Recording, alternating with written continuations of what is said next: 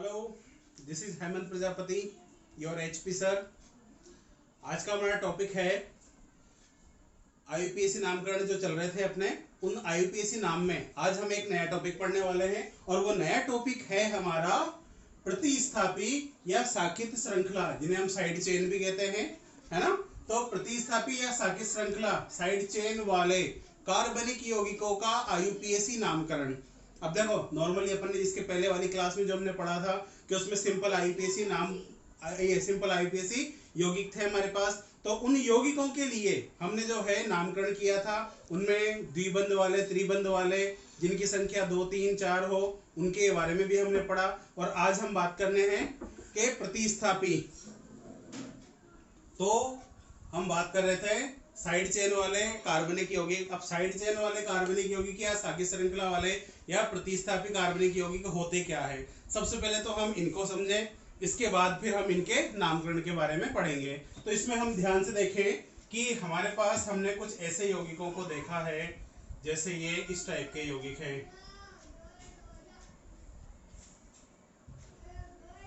ये इसमें देखना कि एक सीधी श्रृंखला जिसमें 5 कार्बन है ना। तो हम यहाँ पर क्या है कि कोई भी एक श्रृंखला, या तो हम इसको ऐसे करके ऐसे मान लें या फिर सीधी श्रृंखला मान ले। तो यहाँ पर एक लंबी श्रृंखला होती है जो एक ही श्रृंखला में, मतलब एक कार्बन परमाणुओं की सीधी श्रृंखला, जो कि इसकी मुख्य श्रृंखला कहलाती है। अब मुख्य श्रृंखला में देखो ध्यान से कि इसमें इस वाले कार्बन को, यानी कि इस वाले CH3 को हमने शामिल नहीं किया है, क्योंकि ये श्रृंखला से बाहर जा रहा है। और ये जो श्रृंखला से बाहर है, इसे ही हम क्या कहेंगे, प्रतिस्थापी कह सकते हैं या फिर साकित श्रृंखला कह सकते हैं, क्योंकि यहां से एक नई चेन अलग हो चुकी है। और एक नई चेन अलग हो चुकी है अर्थात एक नई शाखा बन चुकी है। तो इस शाखा के कारण इस यौगिक को हमने साकित श्रृंखला वाले यौगिक कहा है। और भी हम कई सारे यौगिक देखें कि जैसे ये हमने, ये श्रृंखला है इस टाइप से, ये इसको हम ऐसे ही बना सकते हैं, ये इस तरीके से, इस तरीके से। तो यहाँ पर हम सब देखें इसमें कि अगर हमें यहाँ पर देखना है तो हमें यहाँ पर भी याद क्या करना है कि वही सबसे लंबी कार्बन श्रृंखला का चयन करना है। सबसे लंबी कार्बन श्रृंखला का मतलब क्या होता है कि ऐसी कार्बन श्रृंखला जिसमें सबसे ज्यादा कार्बन उपस्थित हो, मतलब वो एक ही श्रृंखला में आने चाहिए, सारे कार्बन एक सीधी श्रृंखला में जुड़े हो। अब श्रृंखला कैसे भी जा सकती है, लेकिन एक बार में एक श्रृंखला ही काउंट की जा सकती है। तो हम इसको ध्यान से देखें कि ये 1, 2, 3, 4, 5, 6, 7 ऐसे श्रृंखला में 7 कार्बन है। अगर मैं इस श्रृंखला को देखूं तो 1, 2, 3, 4, 5, 6, यहाँ पे 6 कार्बन आते हैं। 1, 2, 3, 4, 5, 6 ऐसे भी कितने कार्बन आते हैं, 6। तो हमें क्या देखना है कि सबसे लंबी कार्बन श्रृंखला, और सबसे लंबी कार्बन श्रृंखला जिसमें सबसे ज्यादा कार्बन परमाणु होंगे, वही लंबी कार्बन श्रृंखला कहलाएगी। और उसी लंबी कार्बन श्रृंखला को हम मुख्य कार्बन श्रृंखला भी कहते हैं। तो यहाँ पर हमने देखा कि ये मुख्य कार्बन श्रृंखला हमारे पास ये हो सकती है, और इस श्रृंखला में कितने कार्बन हैं, 7। अब इस श्रृंखला में देखना कि एक तो ये वाला कार्बन शामिल नहीं हुआ है, ये नहीं हुआ है, ये 2 कार्बन भी इस श्रृंखला में शामिल नहीं है, ये वाला कार्बन भी इसमें शामिल नहीं है। तो ये सब क्या है, ये सब प्रतिस्थापी है, जिन्हें हम साकित श्रृंखला या साइड चेन भी कह सकते हैं। तो इस प्रकार के यौगिक जिनमें ऐसी साइड चेन या साकित श्रृंखला उपस्थित होती है, तो उन यौगिकों का नामकरण आसानी से आईयूपीएसी पद्धति के आधार पर किया जा सकता है। कि हम देखें उनको कि किस तरीके से इनके नामकरण करते हैं। अब इनका जो नामकरण किया जाता है उसमें कुछ बातें सबसे महत्वपूर्ण है। उन बातों के आधार पर हम ये जानेंगे कि इनके नामकरण को हम कैसे करें, क्योंकि इसमें नामकरण का जो मुख्य नियम है वो क्या है कि इसमें 3 मुख्य बिंदु है जिनके आधार पर हम श्रृंखला का नामांकन कर सकते हैं। सबसे पहले हम देखें यहाँ पर कि सबसे पहले तो हम यहाँ पर एक मुख्य कार्बन श्रृंखला का चयन करते हैं। और जैसा कि अभी अपन ने बताया कि मुख्य कार्बन श्रृंखला होती क्या है, वह कार्बन श्रृंखला जिसमें सबसे ज्यादा कार्बन होंगे, अर्थात एक ऐसी कार्बन चेन जिसमें नंबर ऑफ कार्बन सबसे ज्यादा हो, ऐसी कार्बन श्रृंखला ही क्या कहलाएगी, मुख्य कार्बन श्रृंखला कहलाएगी। फिर दूसरे नंबर पर आता है कि श्रृंखला का नामांकन। ये श्रृंखला का नामांकन, श्रृंखला का नामांकन, और श्रृंखला का नामांकन कैसे किया जाता है ये भी हम इसमें देखेंगे। तो हमने यहाँ पर देखा कि हम सबसे पहले मुख्य कार्बन श्रृंखला का चयन करना सीखेंगे कि मुख्य कार्बन श्रृंखला का चयन कैसे होता है। फिर उस श्रृंखला का चयन करने के बाद हम ये देखेंगे कि मुख्य श्रृंखला में नामांकन कैसे किया जाता है। अभी जो हमने पिछली क्लास में वॉल्यूम 4 में हमने बताया था कि वहां पर द्विबंध या त्रिबंध के आधार पर देखते हैं, लेकिन यहाँ पर कुछ यौगिक आएंगे जिनमें द्विबंध और त्रिबंध भी होंगे, लेकिन जिनमें द्विबंध और त्रिबंध नहीं होंगे तो वहां पर नामांकन कैसे किया जाएगा वो भी इन IUPAC के नियमों में शामिल है। इसके बाद तीसरे नंबर पर आता है यौगिक का नामकरण। और नामकरण के लिए अपन ने बताया कि हमने यहाँ पर इन 3 टॉपिक को मुख्य रूप से पढ़ना है और इन 3 टॉपिक के ऊपर ही जो है इस प्रकार के यौगिकों का नामकरण आसानी से हो सकता है, जिसमें मुख्य श्रृंखला का कार्बन या मुख्य कार्बन श्रृंखला का चयन किया जाता है जो कि सबसे लंबी कार्बन श्रृंखला होती है। फिर श्रृंखला का नामांकन किया जाता है। नामांकन किस तरीके से करेंगे ये भी हम इसके कुछ नियमों के आधार पर समझेंगे।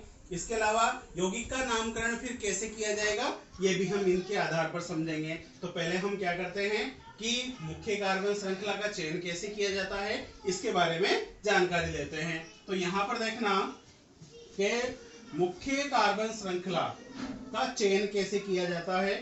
मुख्य कार्बन श्रृंखला का चयन करने के लिए हम यहाँ पर कुछ श्रृंखलाओं को बना देते हैं और उन श्रृंखलाओं के आधार पर हम देखेंगे कि मुख्य कार्बन श्रृंखला कैसे हम चयन करते हैं। कि यहाँ पर हमने एक कार्बन श्रृंखला को ये इस तरीके से मान लिया, एक कार्बन श्रृंखला ये कुछ इस तरीके से ये से मान लिया। एक कार्बन श्रृंखला को हम ऐसे लिखते हैं इस तरीके से, इस तरीके से। अब यहाँ पर हमारे पास ये 3 अलग अलग श्रृंखलाएं हैं। इनमें हमें क्या देखना है कि मुख्य कार्बन श्रृंखला का चयन करना है। तो मुख्य कार्बन श्रृंखला का चयन कैसे किया जाता है। मुख्य कार्बन श्रृंखला का मतलब क्या है कि वह कार्बन श्रृंखला जिसमें सबसे ज्यादा कार्बन उपस्थित हो वह मुख्य कार्बन श्रृंखला है। अगर हम इस श्रृंखला को देखें तो यहाँ पर 1 2 3 4 कार्बन है मुख्य श्रृंखला में। अगर मैं इस श्रृंखला को ऐसे काउंट करता हूं तो इधर भी 4 कार्बन है। हमारे पास 2 चॉइस है, हम चाहे कोई सी भी एक श्रृंखला ले सकते हैं।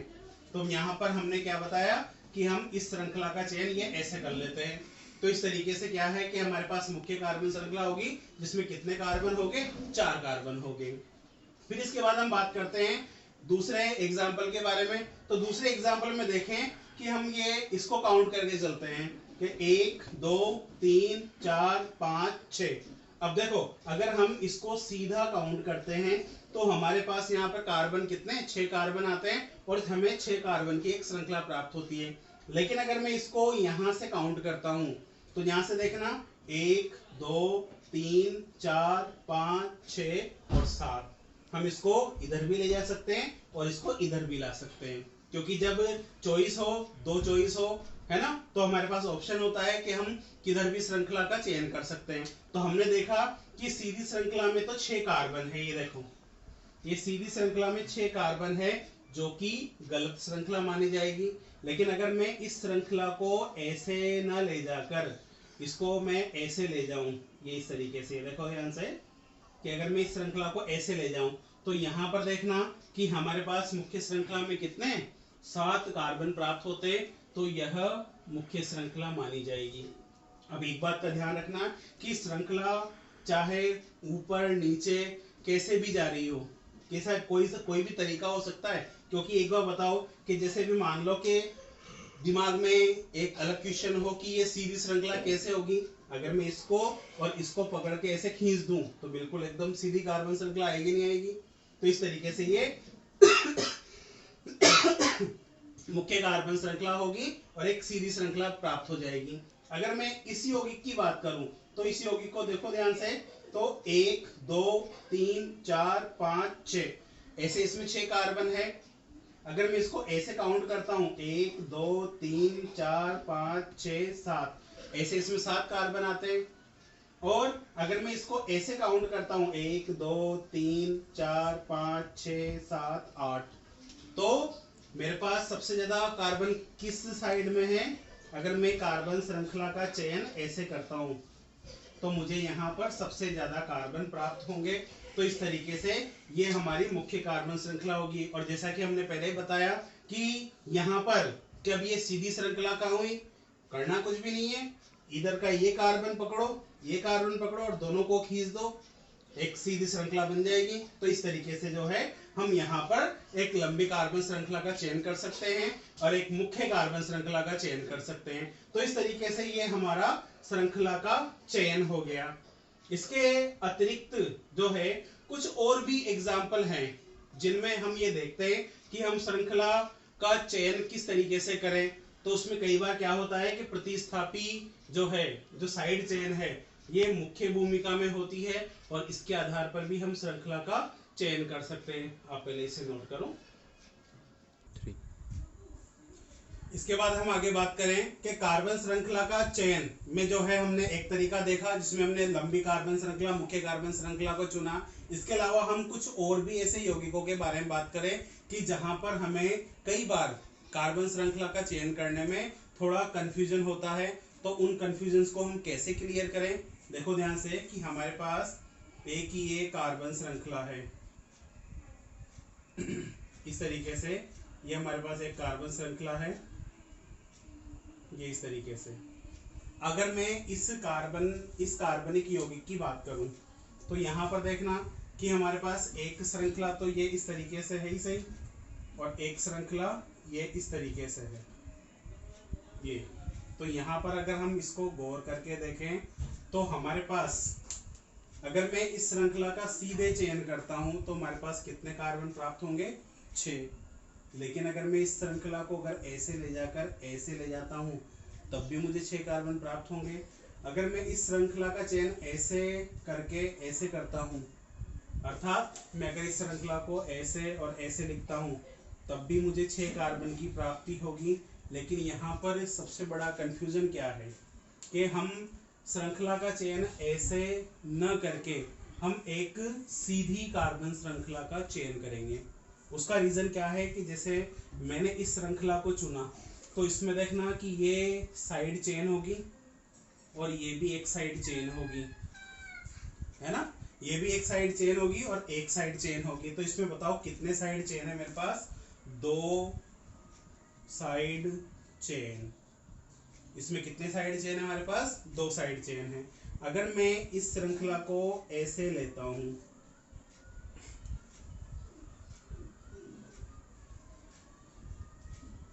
अगर मैं इस श्रृंखला को ऐसे लेता हूं सीधे, तो इसमें देखना 1 2 और ये 3, इसमें कितनी साइड चेन है हमारे पास, 3 साइड चेन। तो एक बात का ध्यान रखना कि हमारे पास, हम अगर इसको श्रृंखला को ऐसे ले जाकर ऐसे ले जाते हैं तब भी हमारे पास जो है 3 साइड चेन प्राप्त होती है हमें। तो जब इस प्रकार के यौगिक हो और इस तरीके की साइड जो है एक से अधिक कार्बन चेन की संभावना हो, जब यौगिक में एक से अधिक कार्बन चेन की संभावना हो तो हमें मुख्य कार्बन श्रृंखला के चयन में इस बात का ध्यान रखना होगा कि सबसे ज्यादा साइड चेन किस श्रृंखला में प्राप्त होगी। अगर मैं इसको इस तरीके से साइड चेन लेता, ये इस तरीके से मुख्य श्रृंखला का चयन करता हूं तो मुख्य श्रृंखला में तो 6 कार्बन आएंगे। लेकिन यहाँ पर देखो ये पूरा एक प्रतिस्थापी, ये एक जो है ये साइड चेन है, सागी श्रृंखला है, ये पूरी एक साइड चेन है अर्थात एक सागी श्रृंखला है। तो यहाँ पर हमारे पास कितनी साइड चेन प्राप्त हो रही है, हमें दो साइड चेन प्राप्त हो रही है। लेकिन अगर मैं इसको सीधे मुख्य कार्बन श्रृंखला को सीधे चयन करता हूं या फिर इसको ऐसे ले जाकर और ऐसे ले जाता हूं नीचे तक, तब भी मुझे तीन साइड चेन प्राप्त होंगे। तो हमारा पहला क्या उद्देश्य होगा कि हमें जब ऐसे कंफ्यूजन हो कि हमारे पास एक से अधिक संभावना हो कि मुख्य कार्बन श्रृंखला एक से अधिक प्राप्त हो, तो उसमें हमें यह देखना होगा कि साइड चेन किसमें सबसे ज्यादा है, साइड चेन की संख्या किसमें ज्यादा है। तो अगर मैं इसको ऐसे चेन करता हूं तो इसमें तीन साइड चेन प्राप्त होगी मुझे, और इसका अगर मैं मुख्य कार्बन श्रृंखला का चयन ऐसे करता हूं तो मुझे यहाँ पर दो साइड चेन प्राप्त होगी। इसका मतलब है कि ये श्रृंखला का चयन गलत माना जाएगा और ये श्रृंखला का चयन राइट होगा। तो नियम क्या कहता है कि अगर किसी यौगिक में एक से अधिक प्रकार की मुख्य कार्बन श्रृंखला हो तो वह कार्बन श्रृंखला मुख्य श्रृंखला होगी जिसमें साइड चेन या प्रतिस्थापी या साकित श्रृंखला की संख्या सबसे ज्यादा होगी। तो इस तरीके से हमें साइड चेन के आधार पर भी श्रृंखला का चयन करना पड़ सकता है। तो अगर आपको कहीं ऐसे यौगिक प्राप्त हो जाएं तो उनमें आप ये देखें कि हम इसमें मुख्य श्रृंखला का चयन कैसे करें, इसमें प्रतिस्थापी कितने हैं अर्थात साइड चेन कितनी है। तो साइड चेन जिसमें सबसे ज्यादा होंगे वही हमारी मुख्य कार्बन श्रृंखला होगी और वही चयन सही माना जाएगा। तो यहाँ पर आप इसे नोट कीजिए। इसके बाद हम बात करें श्रृंखला का नामांकन। देखो श्रृंखला का नामांकन कैसे किया जाता है कि कार्बनिक यौगिकों की जो श्रृंखला होती है उसका नामांकन करने के लिए हम क्या करते हैं कि जो भी हमें कार्बनिक यौगिक दिया जाता है उसमें हम देखते हैं प्रतिस्थापी की स्थिति, और प्रतिस्थापी की स्थिति के आधार पर श्रृंखला का नामांकन किया जाता है। जैसे कि हमें पता है कि यहाँ पर हमारे पास 5 कार्बन की श्रृंखला है और इस 5 कार्बन की श्रृंखला में हम सबसे पहले क्या करें, लंबी कार्बन श्रृंखला का चयन करें। ठीक है, इसके बाद हम ध्यान दें कि यहाँ पर अगर हम इधर से काउंट करते हैं तो दूसरे कार्बन पर एक प्रतिस्थापी एक साइड चेन है, और अगर हम इस ओर से काउंट करते हैं या इस ओर से नंबरिंग करते हैं तो इधर से चौथे कार्बन पर श्रृंखला आती है। तो यहाँ पर देखना कि हम एक तो नामांकन ये कर सकते हैं 1 2 3 4 5, एक नामांकन हम इधर से कर सकते हैं 1 2 3 4 और ये 5। तो यहाँ पर देखें कि श्रृंखला का नामांकन क्या कहता है कि जब भी हम श्रृंखला का नामांकन करते हैं तो नामांकन उस सिरे से किया जाता है जिस सिरे से पार्श्व श्रृंखला को न्यूनतम अंक प्राप्त हो या पार्श्व श्रृंखला नजदीक हो।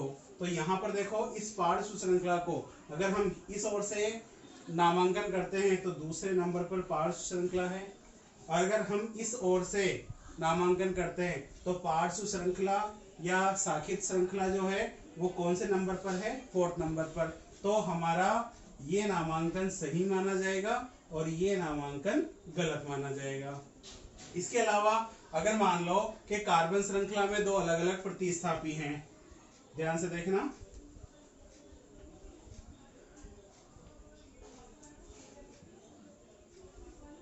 तो सबसे पहले हम क्या करें कि एक लंबी कार्बन श्रृंखला का चयन कर लें। तो ये लंबी कार्बन श्रृंखला हमारे पास ये होगी जिसमें सबसे ज्यादा कार्बन होंगे।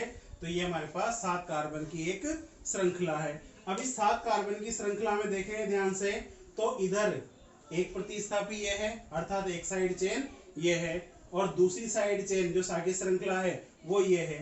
अब अगर हम इसका नामांकन करें तो नामांकन में ध्यान से देखना कि इस ओर से नामांकन करने पर ये 1 2 3 4 5 6 7, तो यहाँ पर जो साइड चेन है उसको दूसरी वरीयता प्राप्त होती है अर्थात वो नजदीक है। और अगर हम इस ओर से नामांकन करते हैं तो ये 1 2 3 4 5 6 और ये 7, तो अगर हम इस ओर से नामांकन करते हैं तो जो पार्श्व श्रृंखला है उसको तीसरा अंक प्राप्त होता है, अर्थात कि पार्श्व श्रृंखला किस साइड से नजदीक है, इस ओर से नजदीक है, जबकि इस ओर से काउंट करने पर या इस ओर से नामांकन करने पर जो पार्श्व श्रृंखला साकी श्रृंखला है उसको तीसरा अंक प्राप्त होता है। तो ये दोनों पार्श्व श्रृंखला में से कौन सी पार्श्व श्रृंखला या कौन सी साकित श्रृंखला नजदीक है, ये वाली। तो ये नजदीक है तो हमारा ये नामांकन सही माना जाएगा और ये नामांकन गलत होगा। इसे नोट कर लो पहले। इसके अलावा अगर हम बात करें कुछ और यौगिकों की कि नामांकन हम और किस तरीके से कर सकते हैं, कि जैसे हमारे पास ये यौगिक है कि यहाँ पर हमने ये ब्रोमीन को ऐड कर दिया यहाँ पर, और एक यहाँ पर मैंने ये क्लोरीन को ऐड कर दिया। तो अगर हम देखें कि हमारे पास इस मुख्य श्रृंखला में जो है हमारे पास 6 कार्बन की एक श्रृंखला प्राप्त होगी। ध्यान रखना ये क्लोरीन है, कार्बन नहीं है, इसलिए ये कार्बन नहीं माने, ये कार्बन नहीं होता। कई बार क्या होता है कि हम नामांकन करते हैं तो नामांकन में या मुख्य श्रृंखला में कई बार इसको शामिल कर देते हैं कि अगर इसके साथ एल भी है तो ये एक क्लोरीन है, एक प्रतिस्थापी है। तो यहाँ पर देखना कि इस कार्बन श्रृंखला में क्या अंतर है। जो पहले वाली कार्बन श्रृंखला है उसमें इसमें अंतर ये है कि अगर मैं इधर से काउंट करता हूं तो इधर से काउंट करने पर भी दूसरे नंबर पर यानी कि प्रतिस्थापी है, और इधर से काउंट करता हूं तब भी क्या होता है, दूसरे नंबर पर प्रतिस्थापी है। तो हमें ये देखना है कि नामांकन जब ऐसी स्थिति हो कि जब प्रतिस्थापी दोनों ओर से समान नामांकन प्राप्त करता है, अर्थात मुख्य कार्बन श्रृंखला में प्रतिस्थापी को अगर हम समान अंक प्राप्त करें, जो प्रतिस्थापी है अगर वो मुख्य कार्बन श्रृंखला में समान अंक प्राप्त करता है तो श्रृंखला का नामांकन अंग्रेजी वर्णमाला क्रम के आधार पर किया जाता है। जैसा कि हमने प्रतिस्थापी में बताया था कि ये प्रतिस्थापी है ब्रोमो और ये प्रतिस्थापी जो है वो है क्लोरो। तो ध्यान दें इस पे कि ब्रोमो में बी आता है और क्लोरो में सी आता है। इसका मतलब है कि बी और सी में पहले कौन आता है, बी। तो अगर प्रतिस्थापी को दोनों ओर से समान वरीयता प्राप्त हो तो श्रृंखला का नामांकन अंग्रेजी वर्णमाला क्रम के आधार पर किया जाता है। तो अंग्रेजी वर्णमाला क्रम में ब्रोमो का बी क्लोरो के सी से पहले आता है, इसलिए हमारा ये नामांकन सही माना जाएगा और ये नामांकन गलत होगा, ये गलत। तो हम सिर्फ नामांकन सही वाला शो करेंगे। इसके अलावा देखना कि हमने देखा कि प्रतिस्थापी कैसा भी हो, किधर कैसा भी हो, कि मुख्य श्रृंखला जो है नामांकन का सबसे अच्छा रूल क्या है कि नामांकन सदैव उस सिरे से किया जाता है जिस सिरे से प्रतिस्थापी या साखित श्रृंखला या पार्श्व श्रृंखला नजदीक हो, नामांकन उस सिरे से करते हैं। अगर मान लो कि दो प्रतिस्थापी अगर श्रृंखला में समान स्थिति पर हो तो श्रृंखला का नामांकन हम अंग्रेजी वर्णमाला क्रम के आधार पर करते हैं, क्योंकि अंग्रेजी वर्णमाला क्रम के आधार पर यहाँ पर ये नामांकन सही माना जाएगा। अगर हम देखें कि यहाँ पर अगली हमारे पास जो श्रृंखला है इसमें हमने ये प्रतिस्थापी ले लिया, इसमें एक ये प्रतिस्थापी है, यहाँ पर ये ऐसे जुड़ा हुआ है। अब यहाँ पर देखें कि सबसे लंबी कार्बन श्रृंखला तो ये हो जाएगी हमारे पास, लेकिन हम इसको ध्यान से देखें कि हमारे पास 1 2 3 4 5 6 7 8 कार्बन की श्रृंखला है, और इस 8 कार्बन की श्रृंखला में देखो दो चॉइस है हमारे पास। हम इसको ऐसे ले जाकर ऐसे भी मुख्य श्रृंखला का चयन कर सकते थे, लेकिन हमें जब समान कार्बन की एक से अधिक श्रृंखला हो और दोनों ही एक जैसी हो तो कोई सी भी श्रृंखला का चयन कर सकते हैं।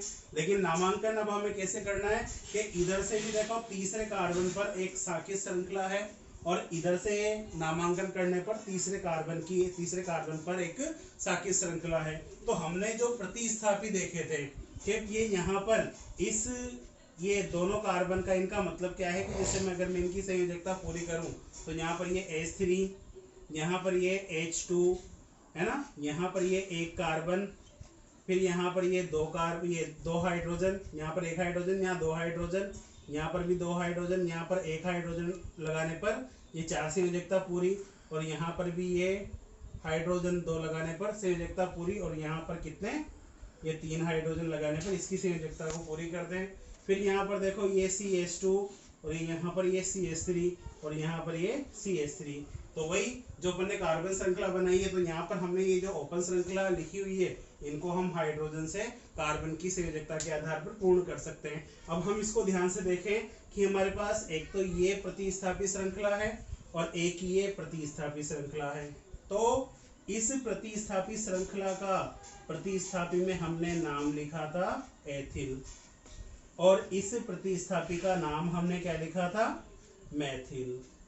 तो यहाँ पर ध्यान से देखें कि यहाँ पर दोनों साइड चेन, जो दोनों शाखित श्रृंखला है या पार्श्व श्रृंखला है, कि इनको समान अंक प्राप्त हो रहे हैं। देखो, तो हम क्या देखें कि जब प्रतिस्थापी को जो है दोनों ओर से समान अंक प्राप्त होते हैं, तो श्रृंखला का नामांकन अंग्रेजी वर्णमाला क्रम के आधार पर किया जाता है।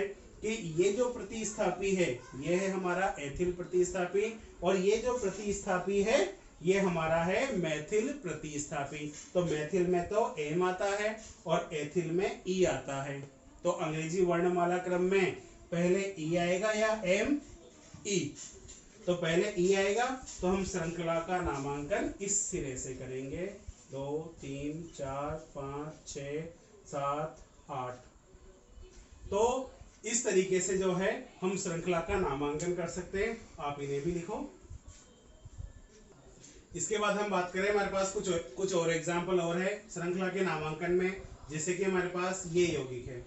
अब इस यौगिक में हम देखें 1 2 3 4 5 ऐसे ही 5 कार्बन है। अगर मैं श्रृंखला को ऐसे काउंट करता हूँ तब भी 5 कार्बन है। अगर मैं श्रृंखला को ऐसे काउंट करता हूँ तब भी मेरे पास 5 कार्बन है। अगर मैं इस कार्बन श्रृंखला को 1 2 3 4 5 ऐसे करता हूँ तब भी हमारे पास कितने 5 कार्बन उपस्थित हैं। तो हम बात करें कि हमारे पास ये 2 एग्जाम्पल हैं, जिसमें हम सबसे पहले क्या करते हैं, एक लंबी कार्बन श्रृंखला का चयन करते हैं। तो यहाँ पर देखना, ये लंबी कार्बन श्रृंखला का हम अब इस लंबी कार्बन श्रृंखला के बाद यहाँ पर देखें कि इधर भी दूसरे कार्बन पर प्रतिस्थापी है और इधर से भी हम दूसरे कार्बन पर प्रतिस्थापी है, लेकिन अंतर क्या है कि इधर केवल एक प्रतिस्थापी है और यहाँ पर कितने 2 प्रतिस्थापी है। तो इस तरीके से जो है हम यहाँ पर नामांकन किस सिरे से करेंगे, इस सिरे से। तो यहाँ पर ये 1 2 3 4 5, तो यहाँ पर देखो समान प्रतिस्थापी है, लेकिन यहाँ पर 1 है और यहाँ पर 2 है, इसलिए नामांकन हम इस सिरे से करते हैं और ये श्रृंखला का नामांकन हो जाता है। फिर इसके बाद हम अगले यौगिक की बात करें, तो इस यौगिक को ध्यान से देखना, ये हमें क्या है कंफ्यूज करने के लिए दिए जाते हैं। कि जैसे हमें दे रखा है कि हम लंबी कार्बन श्रृंखला का चयन करें, तो इस लंबी कार्बन श्रृंखला के चयन में देखना 1 2 3 4 5 6 ऐसे 6 कार्बन दे रखे हैं। तो हमें ऐसा लगेगा कि यहाँ पर एक प्रतिस्थापी है और यहाँ पर भी एक प्रतिस्थापी है, लेकिन आपको ये ध्यान रखना है कि अगर ऐसा कोई समूह दे रखा है तो पहले आप उसे ओपन करके देखो। कि जैसे ये जो है C2H5, इसको हम याद है क्या लिख सकते हैं, CH2CH3।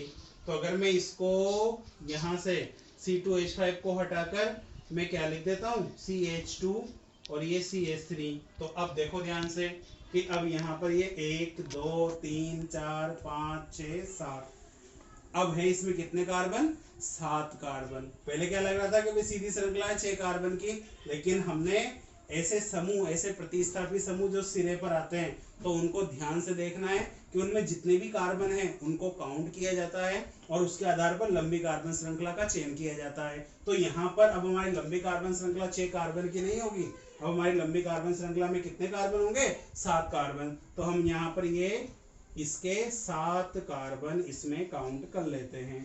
अब 7 कार्बन काउंट करने के बाद ध्यान से देखना कि इधर से प्रतिस्थापी है दूसरे कार्बन पर, और अगर मैं इधर से नामांकन करता हूं तो इधर से प्रतिस्थापी जो साइड चेन है उसको कौन सा अंक प्राप्त होगा, तीसरा अंक। तो नामांकन हम किस सिरे से करेंगे, इस सिरे से। तो यहाँ पर ये 1 2 3 4 5 6 और ये 7। तो इस तरीके से ये श्रृंखला का नामांकन हो जाता है। तो इसे और भी कई सारे यौगिक है जिनमें क्या होता है, श्रृंखला का नामांकन अलग अलग तरीके से किया जाता है। नोट करिए आप इसे भी। इसके बाद हमारा जो तीसरा पॉइंट है, पहला हुआ अपना श्रृंखला का मुख्य कार्बन श्रृंखला का चयन, दूसरा पॉइंट हुआ हमारा श्रृंखला का नामांकन। अब तीसरे पॉइंट पर आता है आईयूपीएसी नामकरण। क्या आईयूपीएसी नामकरण कैसे किया जाता है? तो आईयूपीएसी नाम जब हम लिखते हैं तो यादें क्या देखते हैं कि इस प्रकार के यौगिक जिनमें शाखीय श्रृंखला या साइड चेन या प्रतिस्थापी या पार्श्व श्रृंखला उपस्थित हो, तो उनका आईयूपीएसी नाम कैसे लिखा जाता है कि सबसे पहले तो हम क्या लिखते हैं कि प्रतिस्थापी या शाखित श्रृंखला या पार्श्व श्रृंखला का नाम लिखते हैं कैसे? अंग्रेजी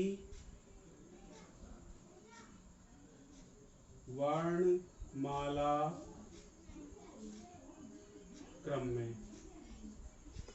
उसके बाद हम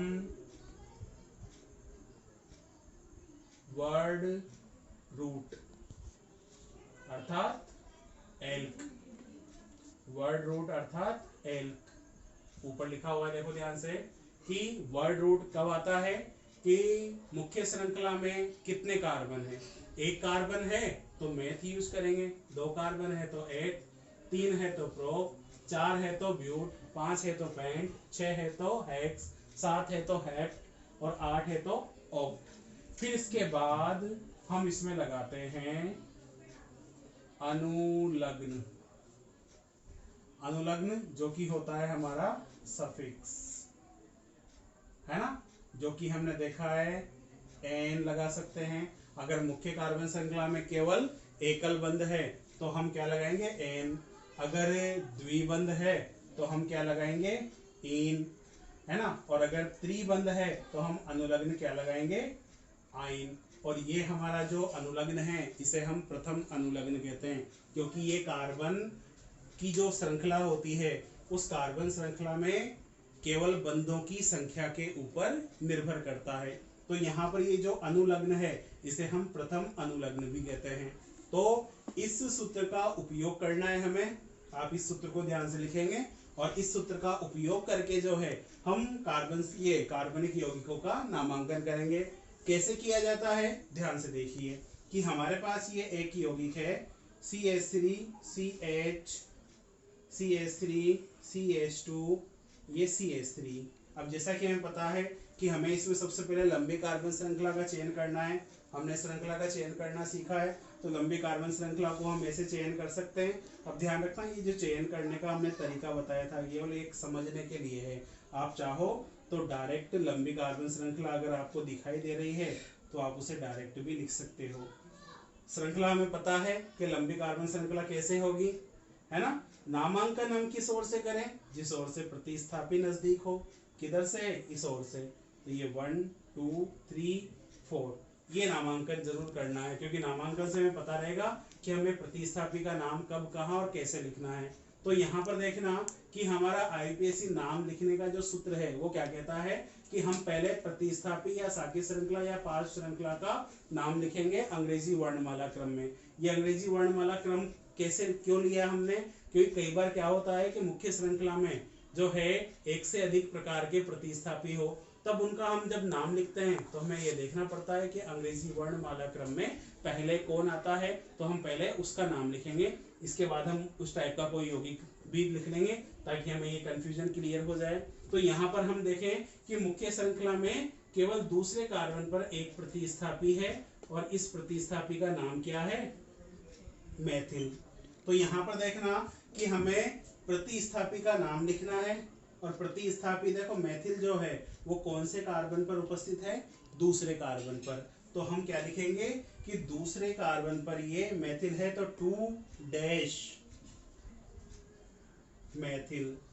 दूसरे कार्बन पर प्रतिस्थापी है तो ये 2' मेथिल। अब एक बात का ध्यान देना कि मुख्य श्रृंखला में हमारे पास कितने कार्बन हैं? 4। तो 4 कार्बन के हिसाब से वर्ड रूट कि 4 कार्बन के हिसाब से वर्ड रूट क्या आएगा? ब्यूट। तो हम यहाँ पर ये ब्यूट लिख दें, है ना। अब देखो कि पूरी श्रृंखला में सभी कार्बन के मध्य केवल एकल बंध है, तो हम अनुलग्न क्या लगाएंगे, एन, इन या आइन, क्या लगाएंगे, एन। तो यहाँ पर ब्यूट में ANE जोड़ दो।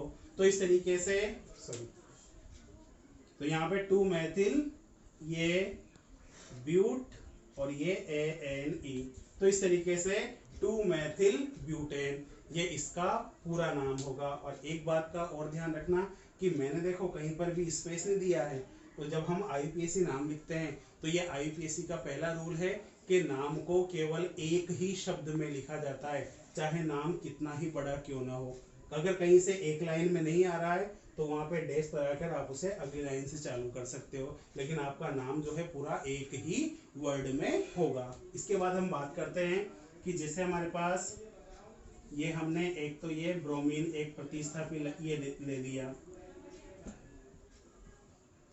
यहाँ पर हमने एक प्रतिस्थापी CH3 ये ले लिया। तो जैसा कि हमें पता है कि इस यौगिक में जो है यहाँ पर कितने कार्बन हैं, इस यौगिक में सबसे पहले हम क्या करेंगे, लंबी कार्बन श्रृंखला का चयन करेंगे।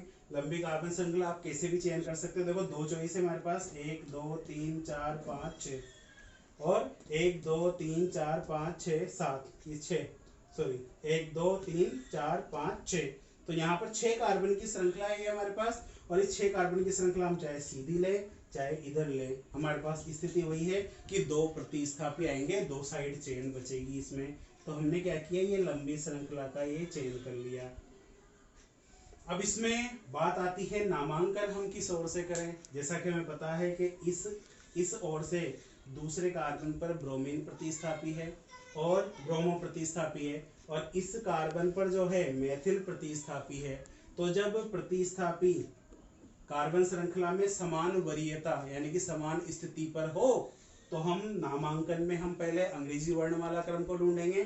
तो अंग्रेजी वर्णमाला क्रम में ब्रोमो का B पहले आता है और ये CH3 का मेथिल है, तो M बाद में आता है। तो हम नामांकन इस सिरे से कर देते हैं, ये 1 2 3 4 5 और ये 6। अब बात आती है नाम की। तो इसका नाम कैसे लिखा जाएगा कि यहाँ पर देखो कि 2 प्रतिस्थापी है। अब देखो ध्यान से कि नामकरण में हम क्या करते हैं कि प्रतिस्थापी या साकी श्रृंखला या पार्श्व श्रृंखला का नाम लिखते हैं अंग्रेजी वर्णमाला क्रम में। इसको हम क्या कहेंगे, ब्रोमो, इसको हम क्या कहेंगे, मेथिल। तो सबसे पहले ब्रोमो का B और मेथिल का M, पहले कौन आएगा, ब्रोमो। तो ब्रोमो कौन से कार्बन पर उपस्थित है, हमारे पास दूसरे कार्बन पर है। तो सबसे पहले हम क्या लिखे, इसको हम लिखते हैं ये 2 ब्रोमो। फिर उसके बाद देखो कि ब्रोमो के बाद देखो ध्यान से 5वें कार्बन पर एक मेथिल समूह या मिथाइल समूह है। तो ये यहाँ पर 5 डैश मिथाइल, ये 5 डैश मिथाइल हो गया। इसके बाद देखो कि ये प्रतिस्थापी का नाम आ गया अंग्रेजी वर्णमाला क्रम में। अब मुख्य श्रृंखला में कितने कार्बन है, 6 कार्बन के हिसाब से वर्ड रूट क्या यूज करेंगे हम, हेक्स। तो ये सेकंड नंबर पे आ जाओ वर्ड रूट। तो यहाँ पर मेथिल और ये 6 कार्बन की श्रृंखला है, तो वर्ड रूट क्या लेंगे हम, हेक्स। अब ध्यान से देखें कि पूरी श्रृंखला में केवल एकल बंध है। पूरी श्रृंखला में क्या है, एकल बंध है। तो एकल बंध है तो हम अनुलग्न क्या लगाएंगे, एन, इन या आइन, एन। तो यहाँ पर हेक्स में अनुलग्न एन जोड़ देंगे, इस तरीके से ये हेक्सेन बन जाएगा। तो इस तरीके से हम इनके ये नाम लिख सकते हैं। तो आप इसे नोट कीजिए। इसके बाद आपके पास ये कुछ प्रैक्टिस एग्जाम्पल है, आप इन्हें प्रैक्टिस करेंगे और मैं अगली क्लास में पहले इन प्रैक्टिस एग्जाम्पल को सोल्व करेंगे हम, फिर उसके बाद हम आगे बढ़ते हैं। क्योंकि अभी ये यहाँ पर ही खत्म नहीं हुआ है, क्योंकि ये क्या है कि अभी और लंबा चलने वाला है। इसमें हमें कम से भी कम जो है इस टॉपिक में अभी हमें 1 लेक्चर की आवश्यकता और होगी, 1 या 2 लेक्चर की आवश्यकता होगी। फिर इसके बाद हम जो है जिनमें द्वितीय अनुलग्न यानी क्रियात्मक समूह वाले यौगिक, फिर हम उनकी बात करेंगे। तो आप इन प्रैक्टिस एग्जाम्पल को सोल्व कीजिए। तो आज की क्लास में हम इसको इतना ही रखेंगे।